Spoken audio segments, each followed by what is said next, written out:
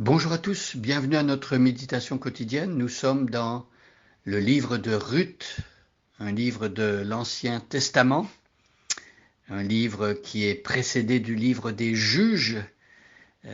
Et le livre des Juges est caractérisé par cette phrase qui résume bien la situation. À cette époque, il n'y avait pas de roi en Israël et chacun faisait ce que bon lui semblait. Alors je reprends la lecture à partir du verset 1. Donc Ruth, prenez vos Bibles et suivez avec moi. Je lis dans la version Summer. Et aujourd'hui, nous allons regarder le verset 13. Ruth 1, verset 13. À l'époque où les chefs gouvernaient Israël, une famine survint dans le pays. Un homme de Bethléem en Juda partit séjourner avec sa femme et ses deux fils dans la campagne du pays de Moab. Cet homme s'appelait Élimélec, sa femme Noémie et ses deux fils Malon et Kilion, et il faisait partie des Éphratiens de Bethléem en Juda. Ils parvinrent en Moab dans la campagne et s'y établirent. Élimélec, le mari de Noémie, mourut là et elle resta seule avec ses deux fils. Ils épousèrent des femmes moabites, dont l'une s'appelait Orpa et l'autre Ruth. Ils demeurèrent là une dizaine d'années, puis Malon et Kilion moururent à leur tour, et Noémie resta seule, privée à la fois de ses deux fils et de son mari. Lorsqu'elle apprit que l'Éternel était intervenu en faveur de son peuple et qu'il lui avait donné de quoi se nourrir, Noémie se mit en route avec ses deux belles-filles pour rentrer du pays de Moab. Elles quittèrent donc ensemble l'endroit où elles s'étaient établies et prirent le chemin du pays de Juda. Alors Noémie dit à ses deux belles-filles, « Allez et rentrez chacune dans la famille de votre mère. Que l'Éternel soit bon pour vous, comme vous l'avez été pour ceux qui sont morts et pour moi-même, qu'il vous donne à chacune de trouver le bonheur dans un nouveau foyer. » Puis elle les embrassa pour prendre congé. Les deux jeunes femmes pleurèrent à gros sanglots et lui dirent, « Non, nous t'accompagnerons dans ta patrie. » Noémie leur répondit, « Retournez chez vous, mes filles, pourquoi viendriez-vous avec moi? Je ne peux plus avoir des fils qui pourraient vous épouser. Retournez chez vous, mes filles, allez, je suis trop âgée pour me remarier, et même si je disais, j'ai de quoi espérer des enfants, je me donnerais à un mari cette nuit même, et j'en aurais des fils. Attendriez-vous qu'ils aient grandi, et renonceriez-vous pour cela à vous remarier? Bien sûr que non, mes filles. Je suis bien plus affligée que vous, car l'Éternel est intervenu contre moi. Alors ici au verset 13, euh, Noémie continue à expliquer à ses belles-filles qu'il vaut mieux pour elles qu'elles retournent dans leur pays. Elle a déjà expliqué, elle répète encore que ce serait trop long pour ces belles-filles d'attendre, même si elle avait demain un mari qu'elle épousait et qu'elle tombait enceinte le lendemain.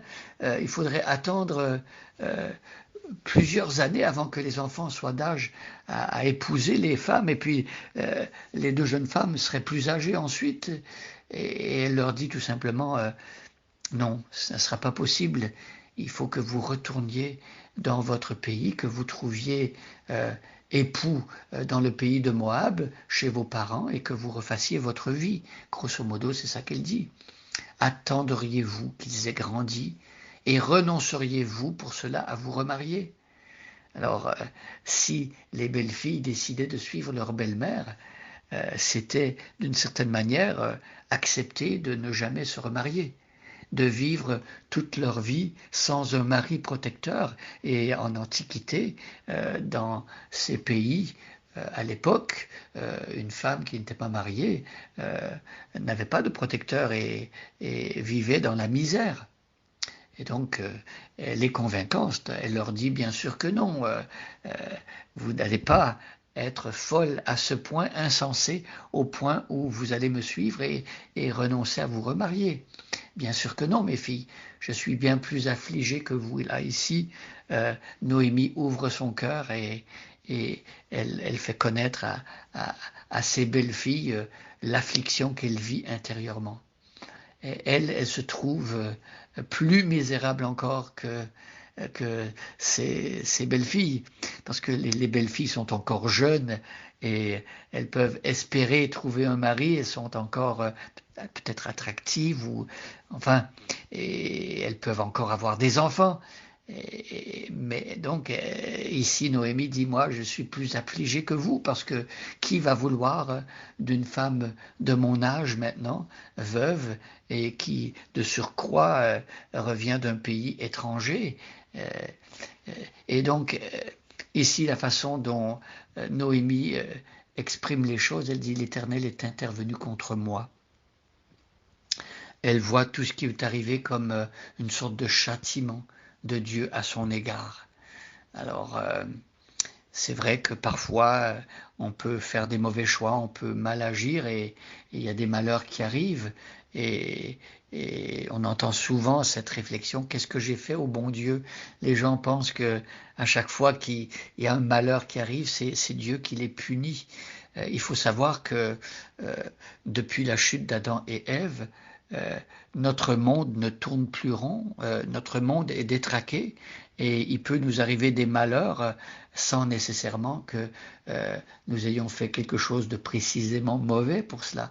C'est parce qu'il y a du péché dans le monde, il y a du mal dans le monde, qui fait que le mal peut nous atteindre, et même parfois atteindre des personnes innocentes. Prenons par exemple un homme qui se promène au bord de la route avec sa petite fille, et il y a un chauffard, quelqu'un qui a trop bu et qui va faucher la petite fille, et elle meurt. On ne pourrait pas dire que c'est un péché particulier de ce papa ou de cette petite fille qui fait qu'elle est morte. Par contre, il y a du péché dans le monde, et parfois le péché des autres peut nous faire souffrir. Mais bon, ici, on va voir que Naomi se considère comme frappée par Dieu, et au fil de l'histoire, on va comprendre que Dieu ne l'a pas rejetée, que Dieu a compassion d'elle, et Dieu va organiser les choses pour que Noémie soit bénie. Donc même si parfois il y a des malheurs qui nous arrivent, ne pensons pas que Dieu ne veut plus de nous, que Dieu ne veut pas nous bénir ou nous toucher. Venons à lui et croyons que sa compassion triomphe. Bonne journée à chacun et à chacune, et soyez bénis.